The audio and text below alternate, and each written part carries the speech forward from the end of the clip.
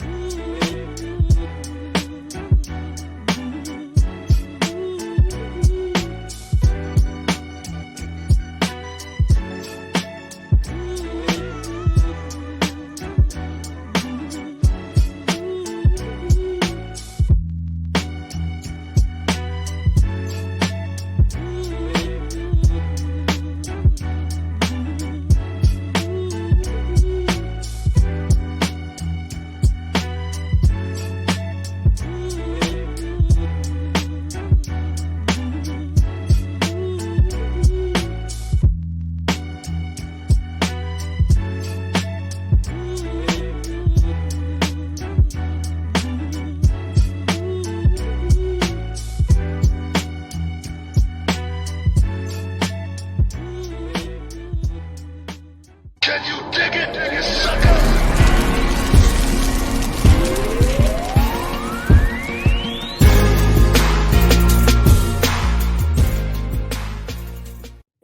Welcome inside the Hall of Fame. I'm Booker T, six-time world champ, two-time Hall of Famer. Got my man Brad Gilmore here with me as well, as always. And we're ready to do this thing, man. I'm telling you, coming off of a hell of a weekend, did some cool things this week with Memphis Championship Wrestling. Got a chance to see two of my guys, Will All-Day, Cam Cole, in the main event. So I'm feeling good. I'm feeling real good, as well as we're going into this weekend. Big show. The Last Stand is going down this weekend. 10,000 Emmett F. Lowry Expressway with the feature matchup, the No Limits Battle Royale.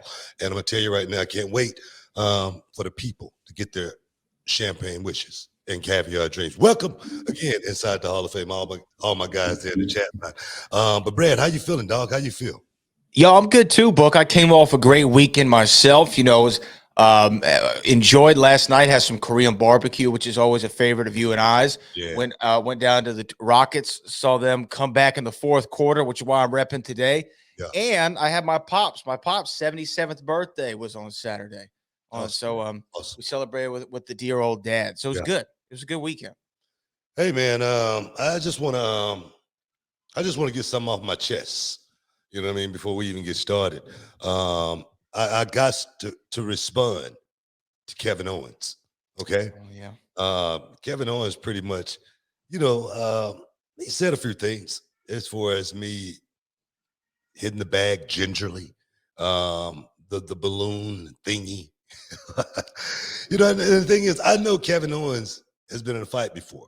In a fight, you normally set your punches up. You go quarter speed, half speed, full speed.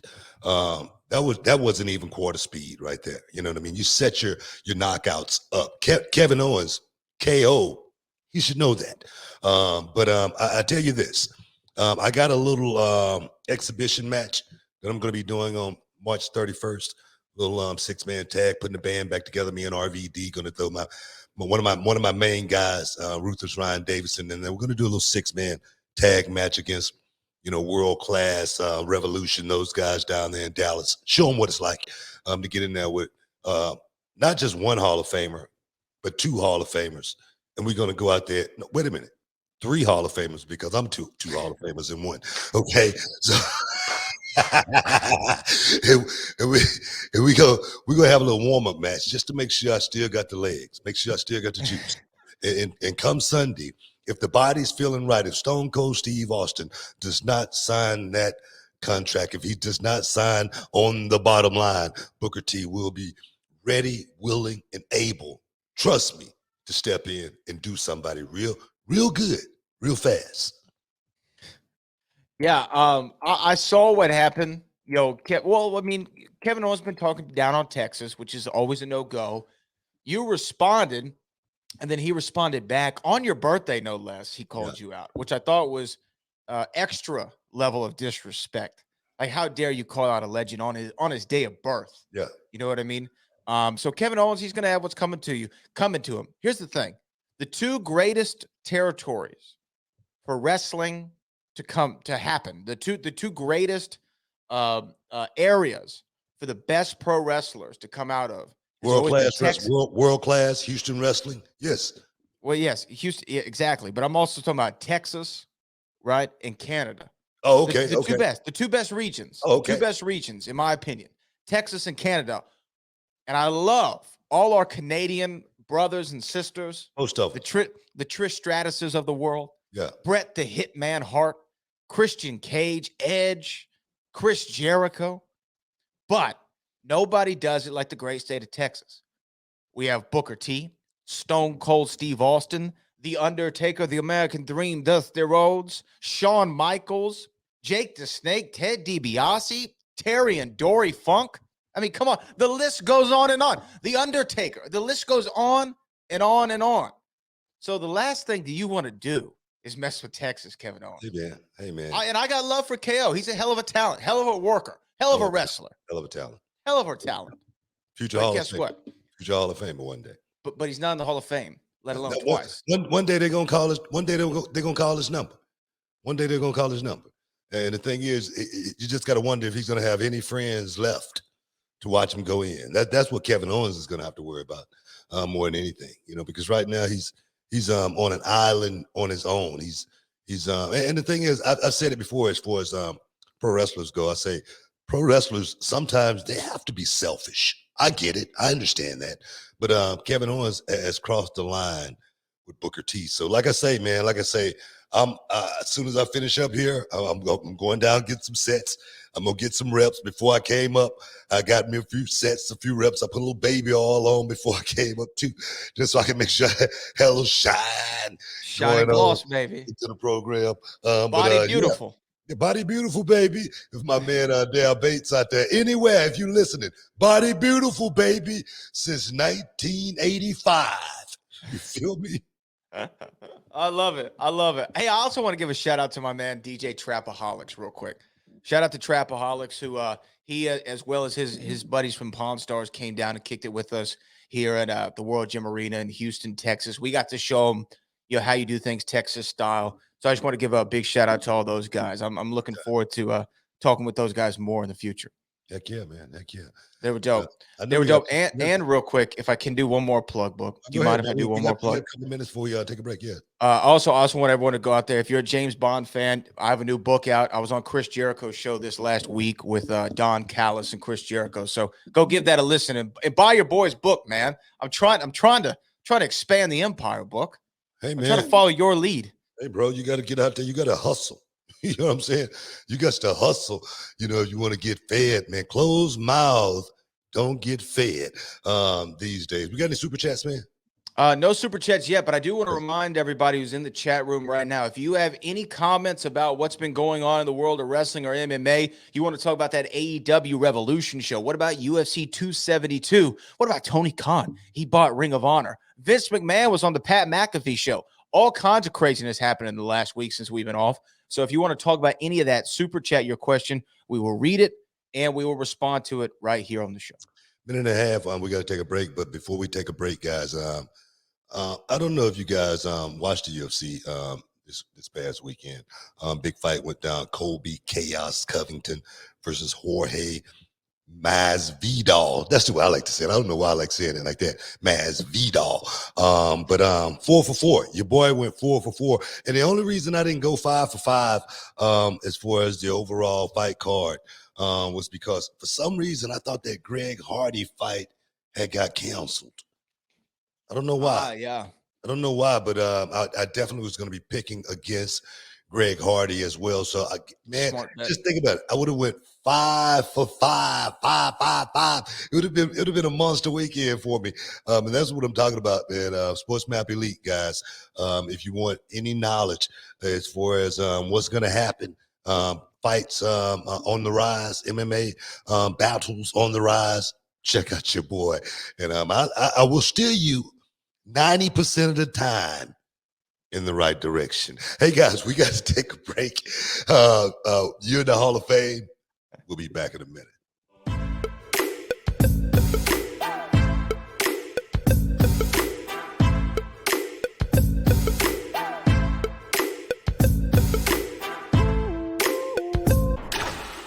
You're worth it.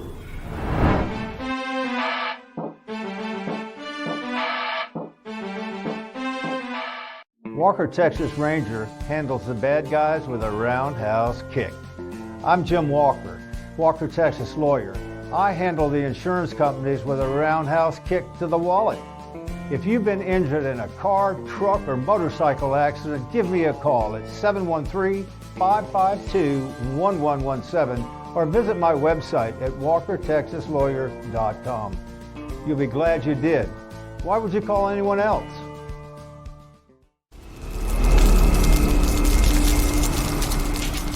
Can you dig it, sucker? Boom!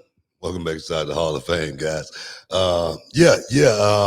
Should we discuss the fight, man? Should we discuss the UFC? I think that we should discuss the UFC, but before we get there, there was some wrestling breaking news that I think we should react to because it was something that we discussed on this show a few weeks ago. It was announced by the WWE that we're right around the corner for the Hall of Fame. Big Van Vader officially going in the Hall of Fame. I wish he was here in person on this earth to witness it and give that speech. Like I think that he would have given a one-of-a-kind induction speech, but still so deserving. Big Van Vader in the Hall. Yeah, man, I was doing some interviews today talking about the big showdown in D-Town coming up here at the end of the month, and they was asking me a question about Vader. And they said, what do you remember most about Vader? And I say, what I remember most about Vader is seeing those guys in the locker room at center stage, lined up like sheep, and Vader come in and say, I'll take him. That line right there, I was so glad I never had to participate in that right there. But Vader would take those guys out there, and he had those forearms, man, boom, boom, boom, boom, and he'd be racking those guys. I know they had, eardrum problems, after working with Vader, but he definitely was one of those guys that made an impact on me. Because it was before I ever got into wrestling, but I was watching NWA back in the day, and then I got a chance to see Vader come out. When he came from Japan, he had the big mask done, helmet, and the smoke would come out. And it was definitely revolutionizing the business back then. So Vader was always high on the list as far as guys. One of the first big guys that would go out there and pull the moonsault off. You know what I mean? So Vader was definitely Hall of Fame material. It's funny that you say you knew of Vader before you got into wrestling yourself. And what's funny is I knew about Vader before I was ever a wrestling fan. And I don't know if you'll remember this show, Booker, but there was a show that used to come on TV called Boy Meets World. Have you ever heard of it? Yeah, remember that. Yeah, it was big in the 90s. And Vader was on Boy Meets World all the time as an actor, but playing himself. He was like the father of one of the main characters on the show. So every now and then, Vader would be on the show. He was always wearing the mask. He was always Vader time on the show.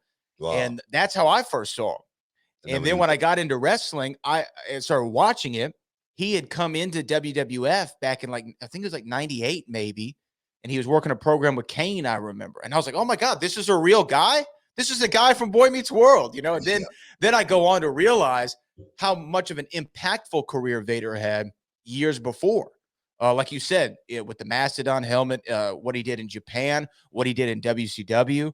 I think that as far as big men go, I know there's a lot of talk about the greatest big men of all time. And to me, Vader's top three.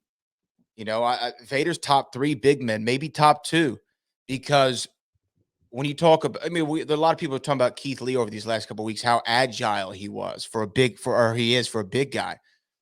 Don't sleep on guys like Vader and Bam Bam Bigelow, right?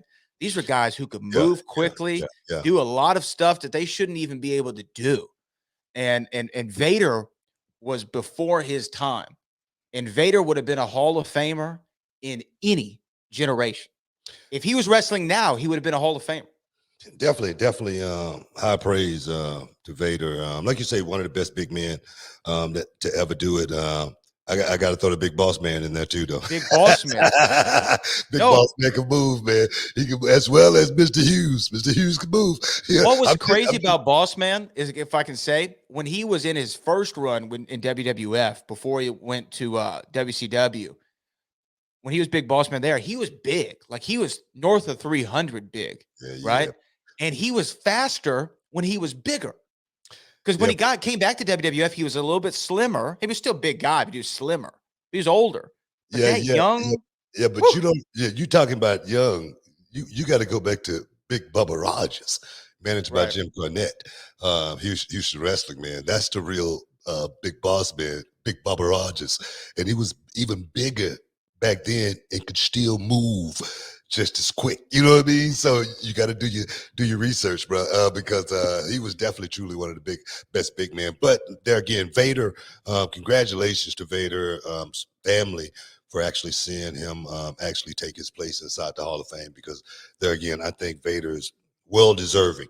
His career, what he gave to the business, he's well deserving of being inside the Hall of Fame. So I'm just happy to see him get there. It's always, bittersweet when the guy or girl goes in when they're no longer around.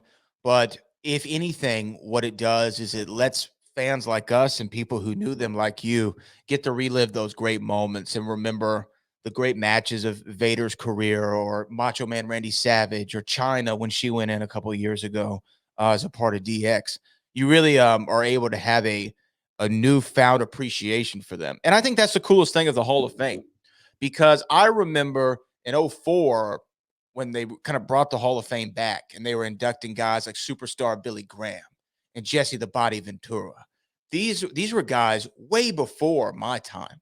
Yeah. I mean, Jesse had stopped wrestling in the early 90s, right? So they were way before my time, but it lets people like me understand the impact that these guys had. When I saw Gorgeous George for the first time, I was like, oh, so many of those other wrestlers started to make sense to me. Ric Flair made a lot more sense to me. Yeah. Superstar Billy Graham made a lot more sense to me after seeing Gorgeous George. So that's what I think one of the great things about the Hall of Fame is. And there are people out there who probably don't know who Vader is. We're young wrestling fans. And this is going to be the first time they see him. And then they're going to go over to Peacock. They're going to type in Vader. They're going to go to YouTube. They're going to type in Vader. And they're going to watch all these great moments and matches that he had. So Big Van Vader, again, it's awesome. I'm really excited. I was excited when I saw that news. Yeah, Vader, he passed away from heart complications, but I tell you, man, he fought to the end, bro. He actually said, man, I could beat this. He was working in matches all the way up to the end. I think he had an angle going on with somebody. I can't remember who. Will Ospreay, yeah. He had an angle going. They worked an angle and a match. Exactly, you know what I mean? So that's what wrestlers do, man. To the end, man. To the end, they push themselves. So definitely one of the all-time greats, Big Van Vader. Yeah. So he'll be going in the Hall of Fame on that Friday. And you know what? It's just, it only makes sense for him to go in with another one of the great big men, The Undertaker. And I'm sure Taker's going to have words about Big Van Vader. I've heard you tell that story before about the Vader going in there and pointing out guys. And Vader's a part of a story that I always tell when people talk about, when people ask me about wrestling and, is it, do the guys really get hurt? Or, is there really? And I say, one time this guy Vader was wrestling and his eye popped out of his head and he just shoved it back in and finished the match. He's always a part of that. I always give that same speech. Now, you tell me what you think of that. Hey, bro, it doesn't get any realer than that. Okay? Let's just say that. It don't get no realer than that. It's like Mick Foley getting his ear torn off, and I'm sitting there watching it. Guy goes, this is Mick Foley's ear, and Mick Foley go, bang, bang. I go, what? Where's the freaking exit? Okay, because I don't think I can take this. I'm serious. It's crazy. And to me, like in any other sport or form of entertainment, if somebody's ear is chopped off or their Yeah. eye comes out of the head, Stop or it. they pull 2 quadricep muscles at the same time, Yeah. it's over. It's a wrap. Normally it's over. No- But then again, if it was me, it would be over.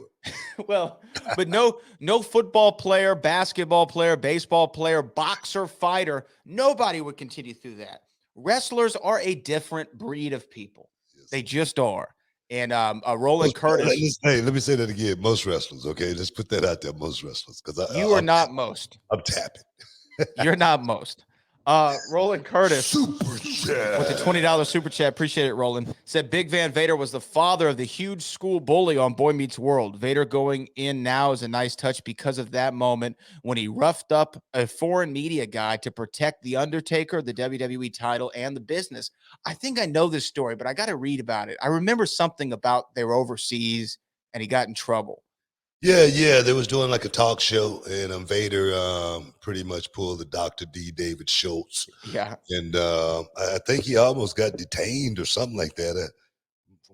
From what my understanding is, Vince McMahon had to pull some strings to actually get him up out of there and whatnot. I can't remember what they were. I don't know, but I remember back in the 90s, right? Early Yeah, 90s. for sure. Yeah. For sure. And I think he may have been detained or something like that. Was it Saudi Arabia? I don't know. I'll look it up in the break and we'll find out. But shout out to Big Van Vader for protecting the business and making his rightful place into the Hall of Fame. Glad it didn't kill his career like it did David Schultz, because David Schultz definitely represented for the boys, and I give him a whole lot of credit for stepping up. But we got to take a quick break, man. We got to take a quick break. Stick around, guys. You're in the Hall of Fame. We'll be back in a minute.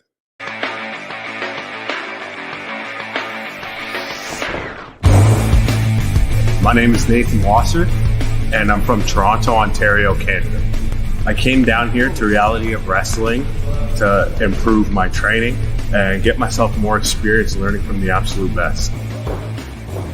It's intense. It's hard. You got to leave your ego at the door and come in with an open mind. The way they do stuff here is the next level. But if you do that, you'll end up bettering yourself in the end, and you'll improve, and you'll be able to work anywhere. Nathan, he's an unbelievably awesome student. I'll tell you why, right? For a few reasons. Number one, the man packed up all the way from the Great White North to move down here to the U.S. to train because he wanted to learn from one of the best. But what's even more impressive, on top of the fact that he takes care of his body, he works hard, is the fact that he was trained by a very reputable trainer and yet still comes down here humble, hungry, ready to work and ready to learn, and not coming in here acting like he knows everything or that he's too rigid in his ways. Booker's knowledge will help you get to whatever goals you want to do if you want to be a big star in this industry. My end goal is to be in WWE. Coming down here to Reality of Wrestling, I feel is the best opportunity for me to get there, so I'm going to do whatever it takes. I can promise you, when you come to Reality of Wrestling, it will change your life. You will not regret it.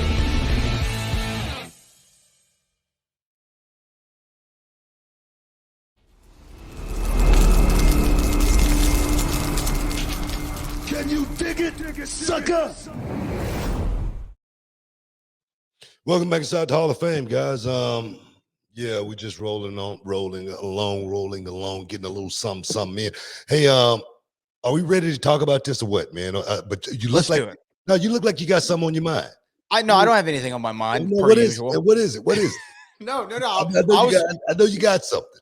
I was just reading through comments. I was reading through comments and just trying to figure out what people were saying about Vader and this Undertaker thing. No one seems to remember where it was, other than just stuff got up in the mix. But let's go for it. No, I know it was overseas. I know that. If I'm not mistaken, man, it was. I'm almost sure it was in Saudi. It could have been. Yeah, somewhere like that. Well, certain places I just wouldn't. You know what I mean? I would act right. And shout out to Vader for doing what he wanted to do. I remember it might have been England, but I'm gonna tell you right now, in that situation, according to where you're at, you're gonna lose it. And someone like Vader, I'm sure he was one of those guys back then, was like high strung, There was always, and I've been around Vader, and Vader was always one of those guys who was someone looking to hit somebody, if the situation was right, and if a situation, you know, come like that, I'm sure he's going to take advantage of it. But like, okay, if you were in like Singapore or you're in, No, North Korea, like I remember one time talking to Scott Steiner, who was telling me about the story when they go to North Korea and how Yeah. crazy. And you wrestled on that show, didn't you? Well, you heard about the show on the Dark Side of the Ring when they went over there, right? Right. Yes. And Flair talked about it. Yeah. They was talking about how their phones were bugged and everything. It's crazy. Animal say, somebody came knocking on his door because he told his wife, man, this place sucks. Next thing you know, he's going to knock on his door, telling him to come with me. So yeah, man. In certain places, you got to watch yourself. And me personally, when I'm overseas, I'm not going to put myself in a situation. You got to know how you talk yourself out of those situations as well, I think, because reporters, they're always looking for that I gotcha moment, especially with wrestling. So you got to know how to talk your way out of it. And the thing is, I think the Undertaker was with him, and the Undertaker answered the question very politically correct. And Vader would just went straight to the hood. Let me see if I can find it, just because we're talking about it. Yeah. I remember, was it they walked somebody out of the of the studio one time. Oh, I remember one time Nancy Grace. Do you remember Nancy Grace? Oh, Yeah, I'm sure. Who doesn't? Who doesn't? What is just a delightful individual. But I remember one time it was after Benoit or Warrior. I think it was after Warrior passed away. She did a segment on her show where she was showing all the wrestlers who had died prematurely, right? And she was saying that it was all due to drugs. Yeah. And Owen Hart was on that list, right? And of course, Owen Hart passed from an accident.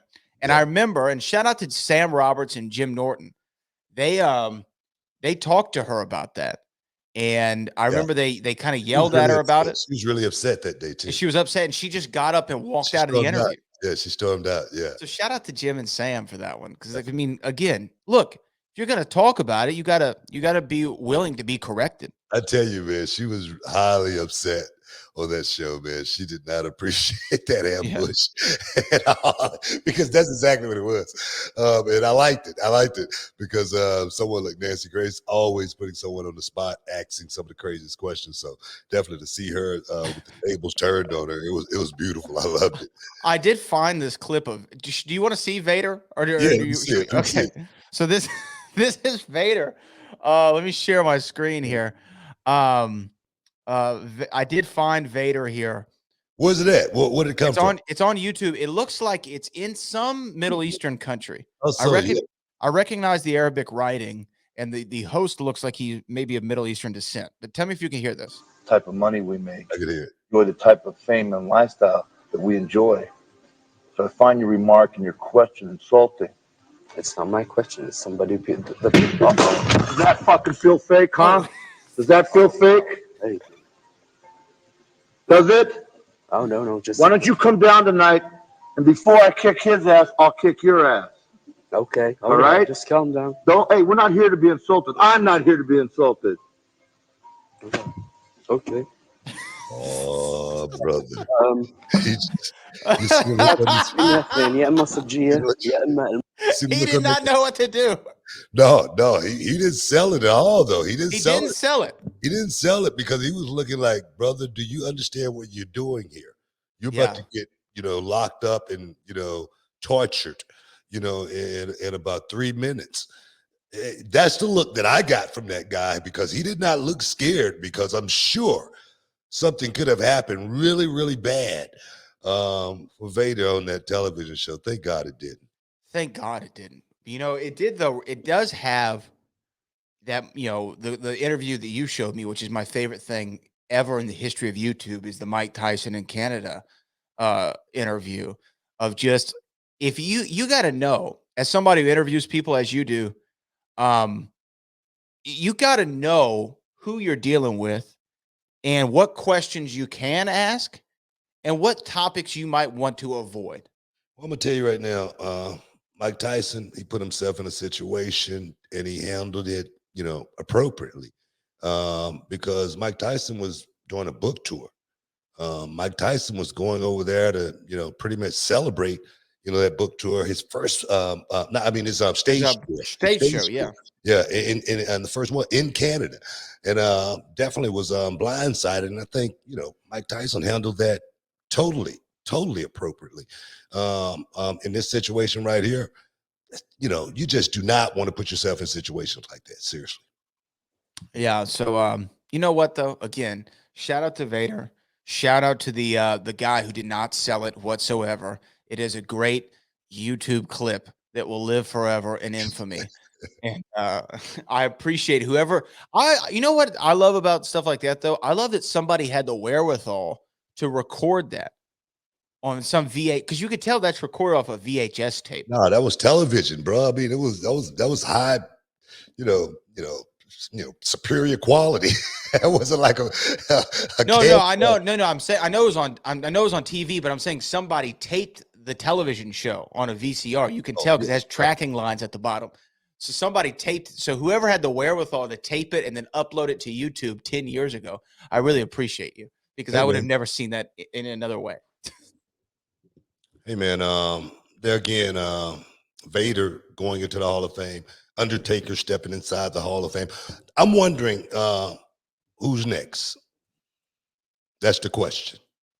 What's the next name? What's the next name gonna come out? Who's it gonna be? Who do you think? I'm still campaigning for the Nasties. I really am.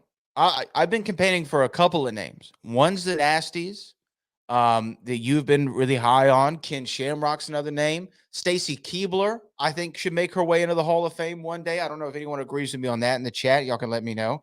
I don't know. Do you have any ideas? Do you have any ideas? Hey, man, like I say, I'm partial. I know, but the Nasties, those guys should get the nod, man. The Nasties, they definitely are two guys that I've been campaigning for about 3 years now. At the very minimum, it might be even longer. Knobs, Sags, and I want to send a shout out to my boy Knobs. I know we got to take a break. I want to send a shout out to my boy Knobs because last time I heard about Knobs was like in late 2021, and he was having some problems.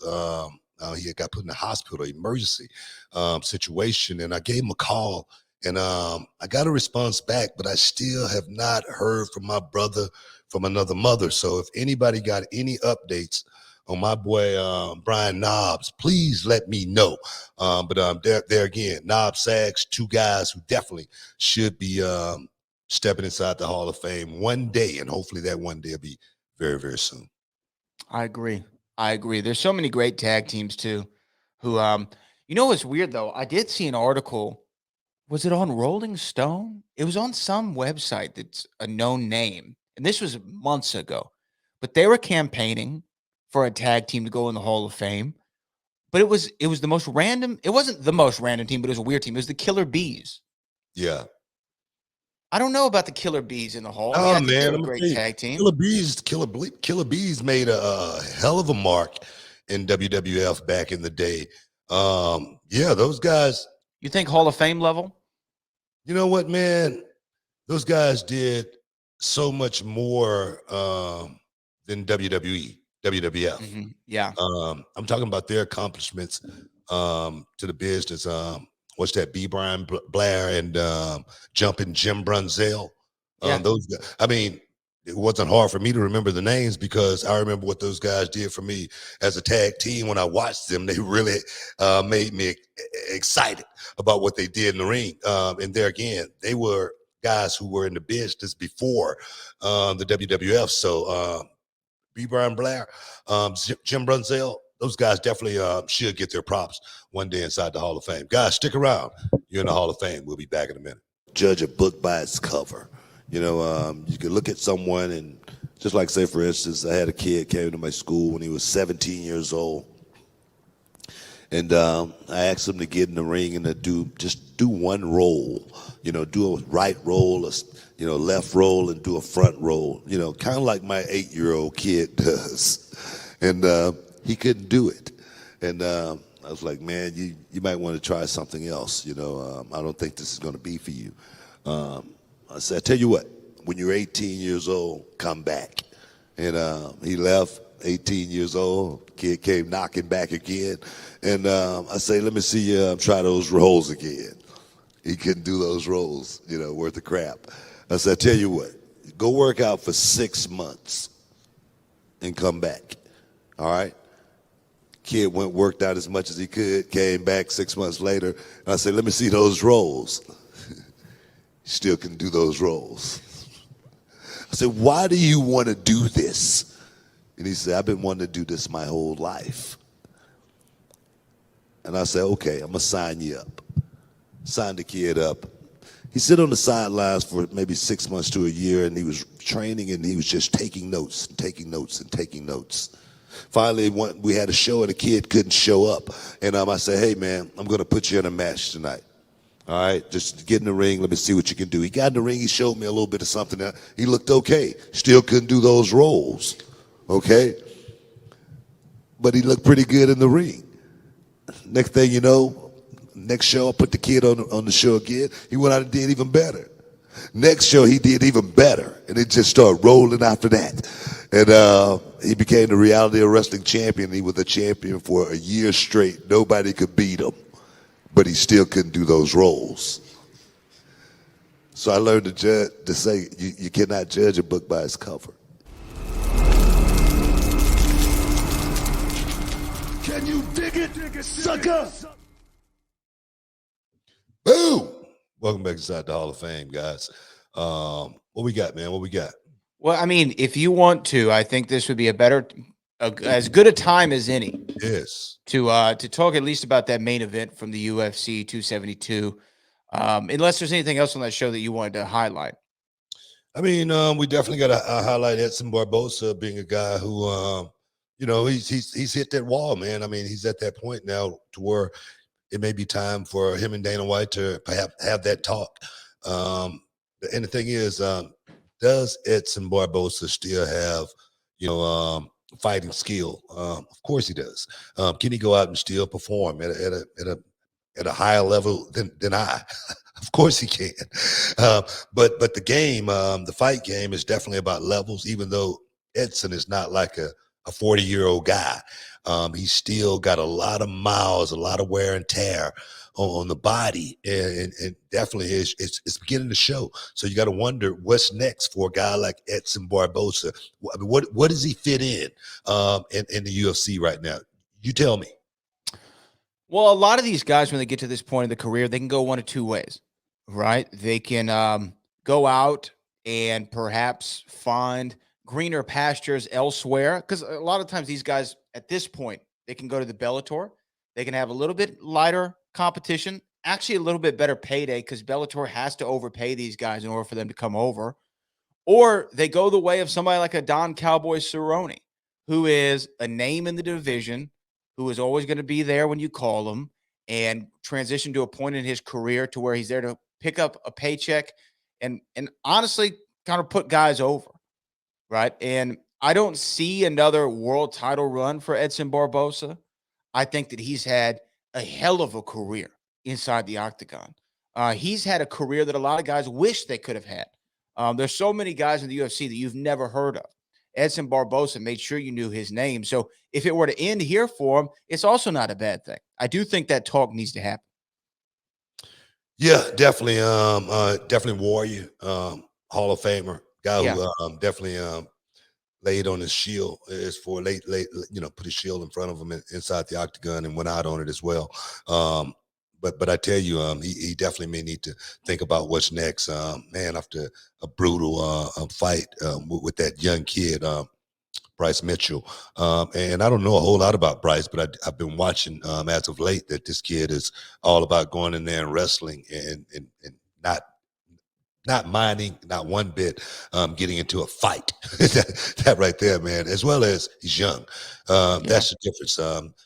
36, 36 and 26. I think that's what it was as far as age difference. So that right there is something these fighters got to combat when they're getting older as it is. But Rafael Dos Anjos got a big win over Moicano. There again, I thought Rafael dos Anjos was going to win that fight. But there again, it was brutal. It was knockdown drag. Did you see his face at the end of that fight at the press conference? You talking about Dos Anjos? Yeah, Rafael dos Anjos. Yeah, I did. I saw him afterward. I mean, he looked.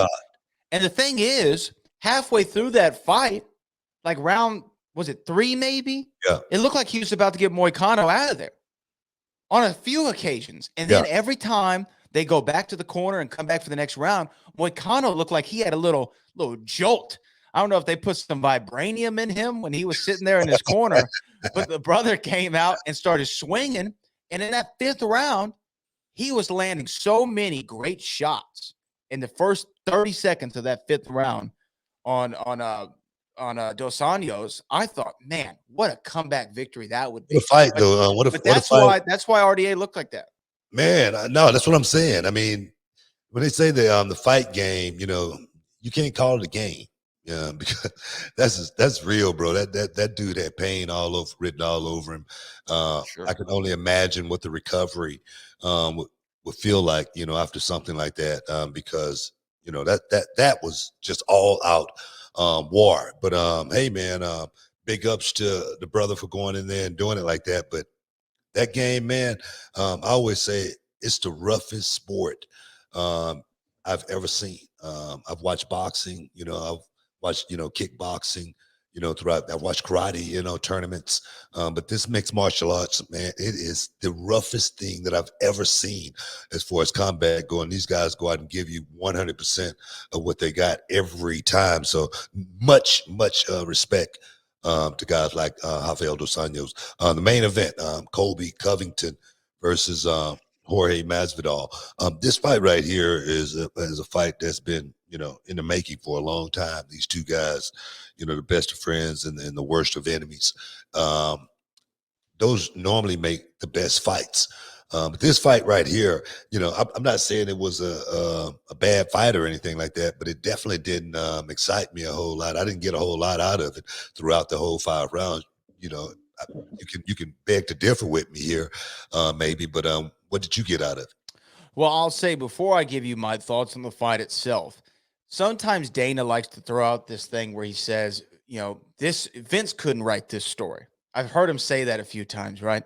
And when I watched the pre-fight package that they did on the two of them, I thought, man, if that doesn't get you invested in this fight, nothing will. It was so well done. It showed them cornering each other, training together, hyping each other up. They look like brothers. And then, we see where it came to. So I was excited. I was excited for this fight. And I will tell you, the fight did not live up to the expectations as far as entertainment value. And a lot of fights where there is a dominant wrestler and the wrestler knows he can out wrestle the other guy, they're not the most entertaining fights, because Colby learned real quick and a couple times in this fight, I do not want to throw hands with Jorge Masvidal too much. I'll engage him a little bit, but he felt those hands from Jorge a couple of times. One time dropped him to his knees. So what is Colby going to do? Brother, I'm going to take you down and I'm just going to ride you for these 5 rounds if I have to. I know my cardio is better than yours. I know my wrestling's better than yours. That's going to get me the victory. I don't have to be flashy about it. So yeah, it wasn't the most engaging fight in the world. At one point, I don't know about you, I don't know where you were watching the fight, but at one point, my stream went completely out. I got a ESPN Plus will be back in a minute thing, and I was worried I was going to miss something. And then we came back, and it was the same thing that I saw the 2 rounds before. No, you didn't miss much at all. But like I say, it went the way I expected that fight was going to go. I thought Colby Covington was going to out wrestle him. I didn't think it was going to be a stand-up at all. It was only a stand-up in spots. But the strategy was, let's get Masvidal on his back and ground and pound him. Let's try to just beat him. It wasn't a great fight for Colby at all. And then after the fight, of course, that's where the fireworks, pretty much started flying when he calls out, Colby Covington calls out Dustin Poirier, and I'm like, why would you want to call out a guy, smaller opposed to, guys that's already in the division, like, a Gilbert Burns, like a Shemaev, and that's the thing, I know Kobe Covington is a guy that the UFC, they want to see this guy as champion. I don't know why they seem like they want to put Kobe Covington in a position where he can become champion, and they've done that. Of course, he fell short, but I do think, for Kobe to get back to that position, he should have to fight a Gilbert Burns. He should have to fight a guy like Shemaev just to prove, something. You know what I mean? Because right now he's just floating on what he's done in the past. He's done nothing here lately to make me believe that Kobe Covington deserves another shot at the championship right now. Okay, that's just my opinion. I agree with you. And beating Jorge Masvidal, which, we all like Masvidal for his run that he went on in 2019 or whenever it was. But, beating Jorge Masvidal, a guy who already has, I think, at least 15 losses on his record. It's not like you're doing something that has never been done before. He's coming off of 2 losses. Now he's got 3 in a row. I agree with that. I think he needs to face more competition in the division if he wants to get a title shot. And I actually will give Dana White props. In the post-fight said, now if he keeps winning fights, I did like that. He goes, then we'll run it back again. But he's got to get through some fights first. I'm not just going to give him a title shot. So I agree with Dana, and I agree with you. No, I noticed that too when Dana said if he keeps winning. I like, okay, I like that. That means he's definitely should have at least 1, maybe 2 more fights. I'd say at least 2. At least 2, but I just say 1 just to give him a little bit of pad. Okay, perhaps 2 fights before he's even considered to be in a championship picture again. But definitely, it's not that many guys, honestly, in the division that's going to rank higher from a competition perspective than Kobe Covington. I must say that the guy is he's a fighter. I take nothing away from that. He's a true fighter, and he can beat anybody on any given night if the circumstance is right. But guys, we got to take a quick break. You're in the Hall of Fame. Stick around. We'll be back in a minute. Being accompanied to the ring by Booker T from Houston, Texas, Hernandez. It is Gaspar Hernandez versus Diego de la Cruz. If Diego's smart, and remember, guys, this is a former tag team champion, okay? Diego is a great competitor. He should have a... Oh, my goodness! Well, I spoke too soon. Oh, my goodness. And you see Booker T giving instructions, almost coaching Gaspar Hernandez. That's unreal. Diego, once again, a tag team specialist, man, but right out the gate, Gaspar just took him right off his feet. I mean, what a vicious clothesline. Oh, my goodness. Oh, my God, no. Oh, my. I think I can speak for everyone here, especially with the experience. That hurts. Booker T just signaling to wrap this up, Kirby. Absolutely. He's just directing traffic out there. It's now Gaspar. Oh, no. Here he goes. Go for a run. Oh, my gosh. That's it. Oh, my God. Wow. Wow, gentlemen. That's all I have to say is wow. Oh, my goodness. Or actually, to put it in terms that everybody might understand.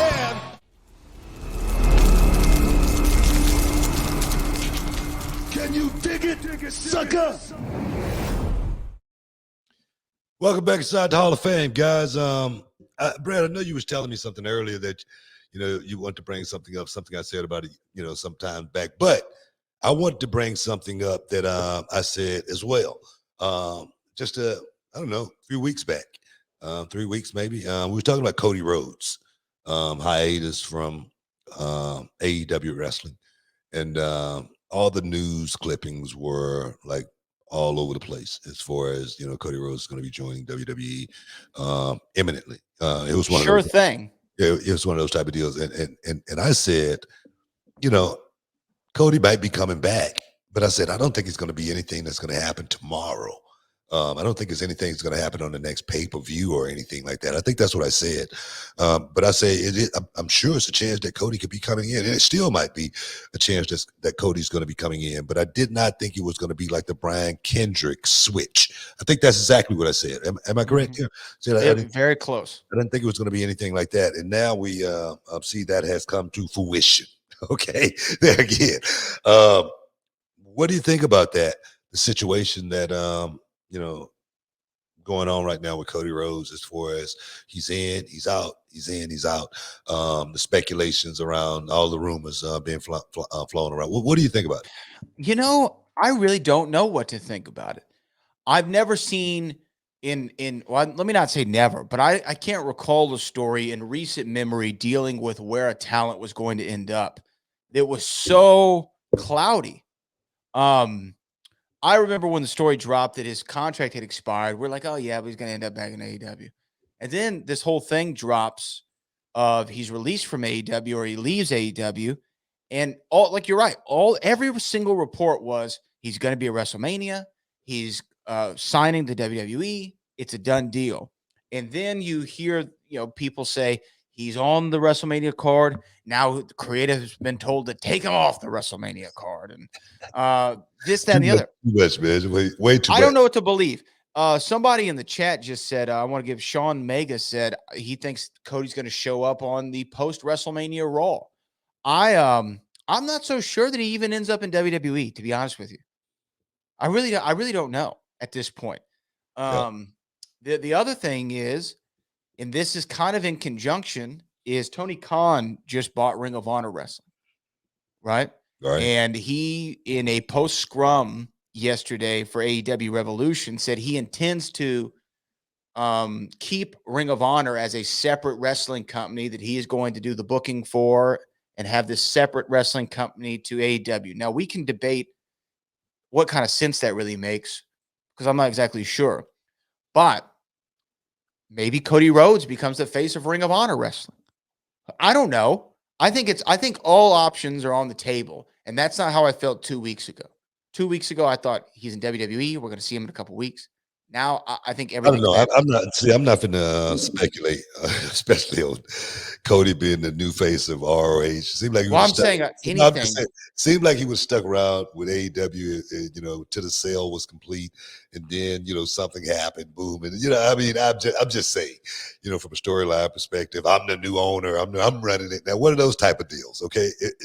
If I'm going to do something like that, you know what I mean? That would be pretty cool. It would have been real cool. It's still something that could happen, perhaps. Yeah. But I don't know. I don't know what the deal is. I don't know why the breakup with AEW. There again, I know when Cody left WWE, I'm not certain or anything like that. I'm not 100% sure on this by any means or anything like that.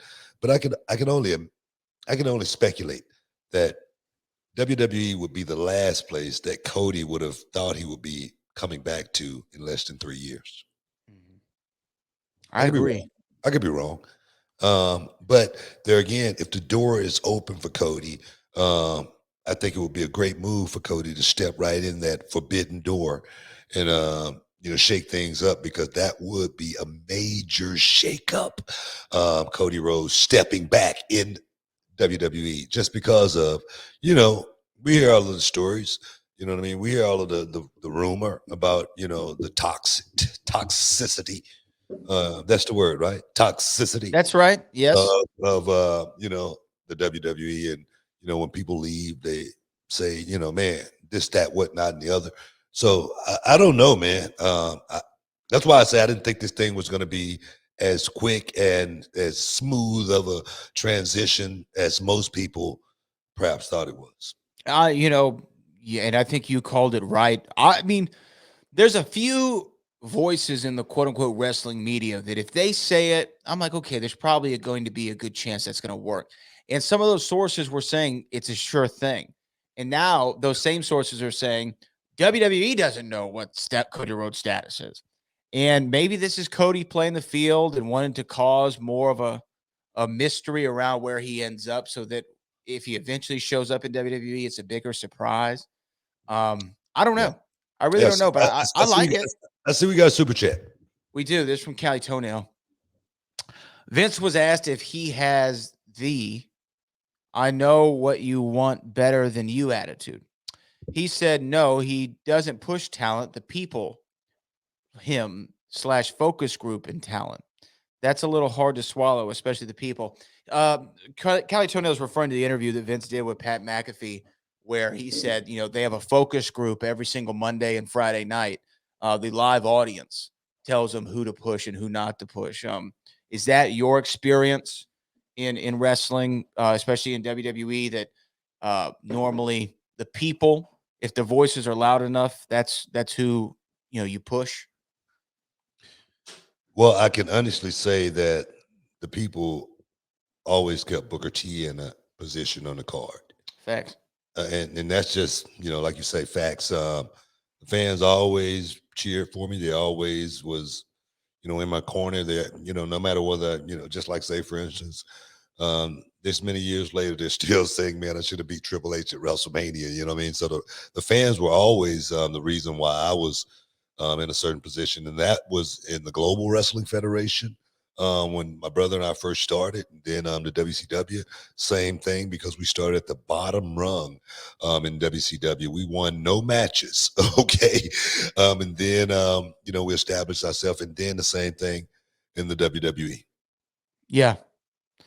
I think that if the crowd, we saw it with Daniel Bryan, right? Yeah. If the crowd wasn't as loud for Daniel, I don't think that it would have gotten to that point. Well, think about this right here too. You got your social media, wrestlers that let that dictate, if they think they're over or not. But then you got a guy like Daniel Bryan comes out of the curtain, and everybody is in unison doing the yes chant. Which one do you want? Which one is letting? I'd like the latter. Where are you getting the most feedback from?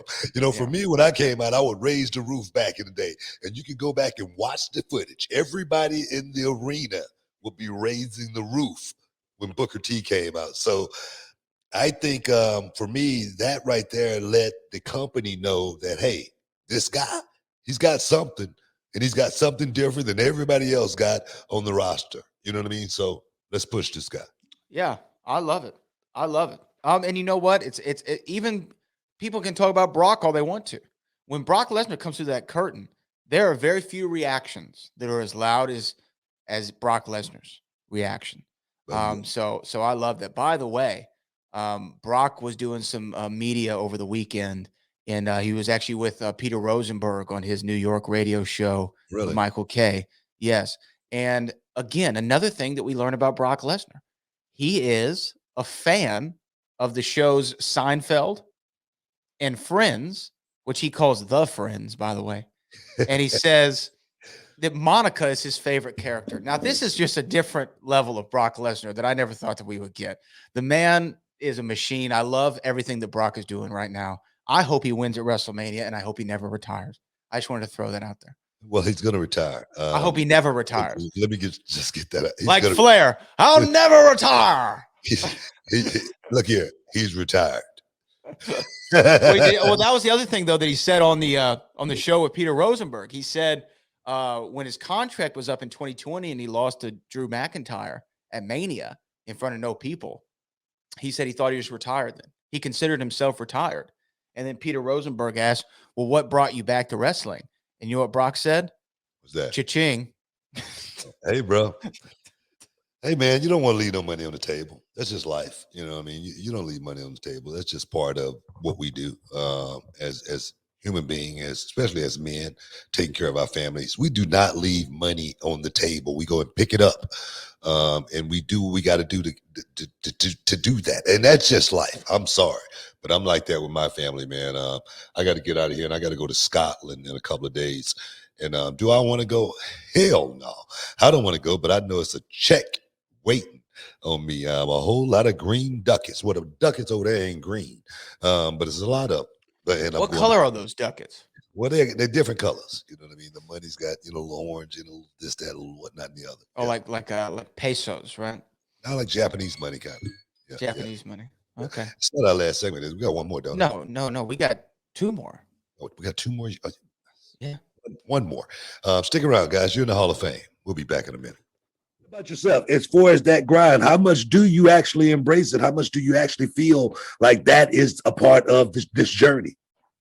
Oh man, well, thankfully now the scene in where I'm from, I'm living in Oklahoma right now, and I wrestle in Texas.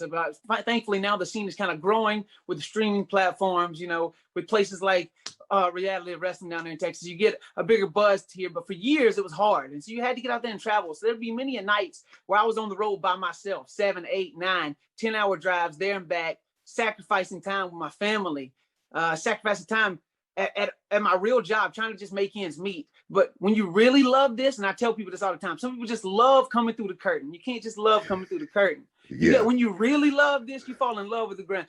Before I go down, so hate squats, man. I hate deadlifts.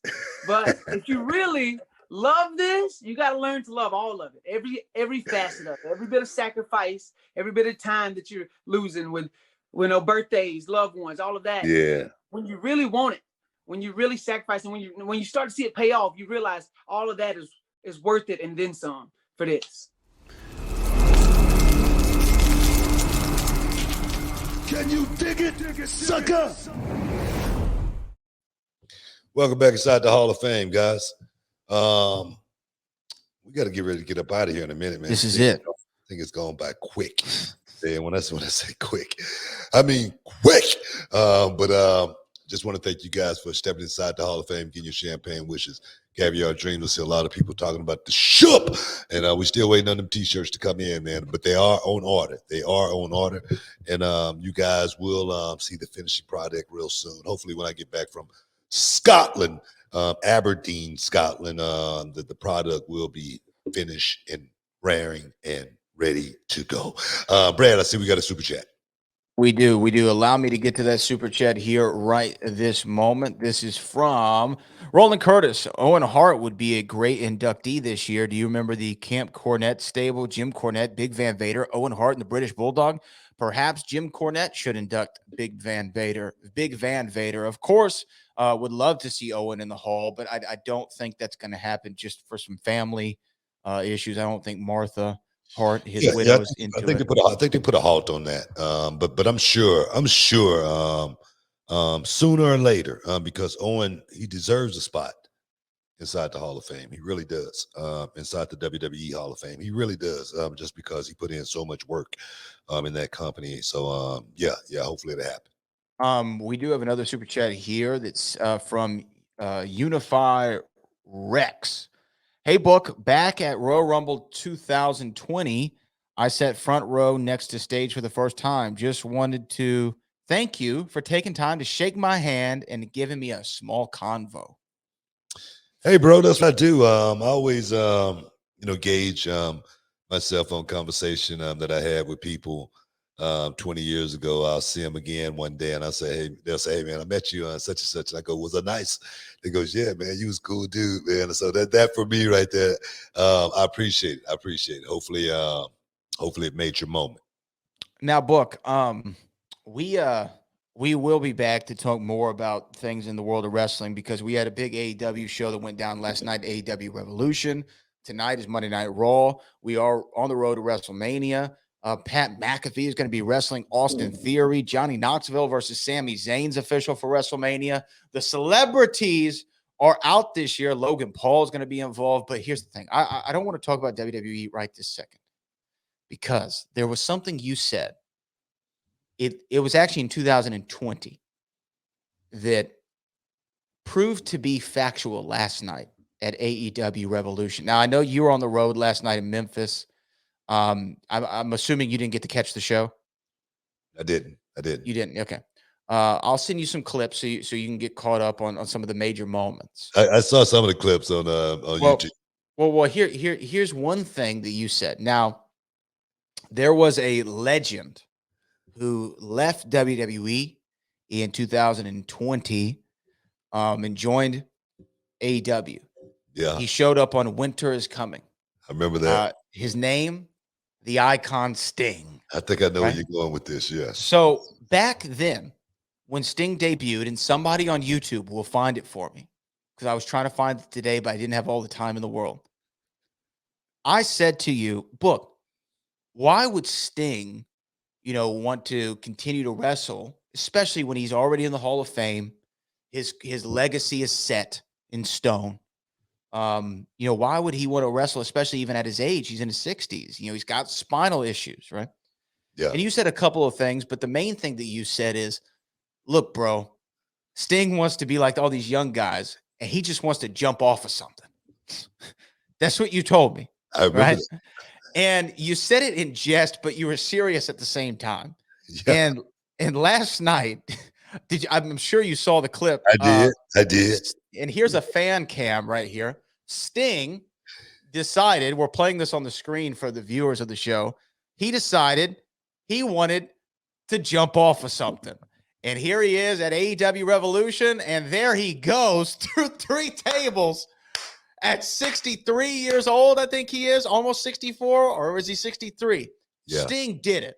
He jumped off of something, and he jumped through 3 tables at a sold-out house in Orlando, Florida, for AEW Revolution. There he goes right there. Bam. What is your reaction to the Stinger? And better yet, what is your reaction to being correct? All the 2 years later, you called it 2 years ago. Well, there again, man, I'm not here to throw no shade on Sting. No, that's not what I'm asking for. Or anything like that. Yeah, I thought Sting still had some wild oats that he wanted to sort. But I think at 62 years old, I say it all the time, and I cannot take Sting out of that category as far as, how you going to tell a man, his time is over. How you going to tell him to stop when, he's just not ready to, put that part of his life, aside. Sting is still out there doing it on a, fairly regular occasion, doing something, in the ring nowadays, in his 60s. So, hey, man, if he can still do it, and that's what he want to do, man, more power to him. I'm not going to sit here and hate on Sting, okay? I know Sting has said things about me in the past that still to this day I don't agree with, because making money is making money, and I feel like my career has been intact. But I just feel like me personally, I'm not going to sit here and say Sting shouldn't be doing that. He should set his old behind down. I'm not going to do that. Sting is doing what he wants to do. He's doing obviously what he still loves to do. And when you cannot do this anymore, when it comes to that point, you can't go back. It's over. That part of your life is over. It's like me going to the club every night. You know what I mean? That part of life is over. I can't get that back. And when Sting put this down, it's going to be over, bro. So I say more power to him. Go out there and do it and walk away from it your way. And that's about as much as I can say about it, bro. Well, I will say this. I love your answer, because not only were you correct 2 years ago when you said Sting just wants to jump off of something he did. It was, out of the entire pay-per-view, which had a lot of great moments, it is the most talked about moment today. And I got to tip my hat to Sting. At 63 years of age, he continues to find out how to be the talk of the town on the shows that he performs at. And you know what I think that is? It's something, and look, that was a big spot. It was a crazy spot. Sure. I'm glad that he wasn't hurt. Before you even go any further, I want you suckers on those dirt sheets, your sites, report that I said that about Sting. Okay, don't hold that back. I put Sting over. Okay, so don't hold that back. It was too positive. There's no way they're going to say anything about that. It was too nice. I'm just saying, but people just looking for me to hate. People want me to hate. You know what I mean? And I'm glad. That's why you and I, we didn't rehearse this or anything like that. I'm glad you asked that question, because, yeah, bro, I'm 57 and can't nobody tell me, when to stop doing what I want to do. Okay, when I stop doing it, it's gonna be because I want to stop doing it. That's it. It's gonna be because my body is telling me, hey, don't do this no more. And obviously, Sting hadn't got to that point yet. No, he hasn't gotten to that point yet, and I love it. And what I was gonna say is, to me, it shows that he developed a skill that you've developed, that guys like Rock and Brock and certain guys who reached a certain status in this industry. Sting knows no matter where he is on the card, he's the main event, and he's going to work like he's the main event, right? And at 63 years of age, he figured out how to be the talk of the town. So it's literally a tip of the cap to him, a tip of the cap to Stinger. And I know we'll talk probably more about AEW Revolution tomorrow. Tip of the hat to William Regal as well. Love to see that he's gainfully employed. Best general manager in NXT history, maybe in wrestling history. I don't know. That can be debated. But it's good to see that. High marks for William. I'm glad William landed, had a soft landing. He still got a job, still can take care of his family. William Regal has gone through a whole lot, man, in this business and in life, period. And to see a guy like that doing good, you can only wish the best for him, seriously. So big ups to AEW picking up William Regal. Yeah. And I love that AEW, one thing I really like about them is when they sign somebody, for the most part, aside from CM Punk and Daniel Bryan or Bryan Danielson, you never hear about it until it happens. For the most part, like 99% of the time. And as a fan, when I was watching Moxley and Daniel Bryan last night and William Regal runs out at the end, I had a legitimate reaction to it. You know, it wasn't expected. It wasn't planned. I didn't know it was going to happen. It wasn't like my man, and shout out to my guy, Tony Schiavone, who didn't realize when he had this, he was doing a contract signing last night and didn't realize that when he was waving his hand around, it showed us Isaiah Swerve Scott's name before he announced it, which is okay. It happens. Players mess up, book. I know it, bro. Trust me, I know it, man. It happens. It happens. But it's always nice to get a legitimate surprise in wrestling. So yeah, shout out to AEW. It was a good show last night. Real good show. Like I said, I didn't see it. I look at the highlights and check out the good parts, bad parts. I'm sure they had some ups and downs. Some ups and downs, but mainly ups. Ups. Awesome. Well, like I said, we'll reconvene on tomorrow and get this done because, like I said, I got to get out of town on Wednesday, heading to Aberdeen, Scotland. Get the work done. Take care of a little business, but I want to thank all you guys for hanging out inside the Hall of Fame with me today, me and myself, and Brad Gilmore getting your champagne, which is your caviar dreams. Hopefully we'll see you tomorrow, guys. Don't miss out. Don't get shut out. And we out. Can you dig it, you sucker?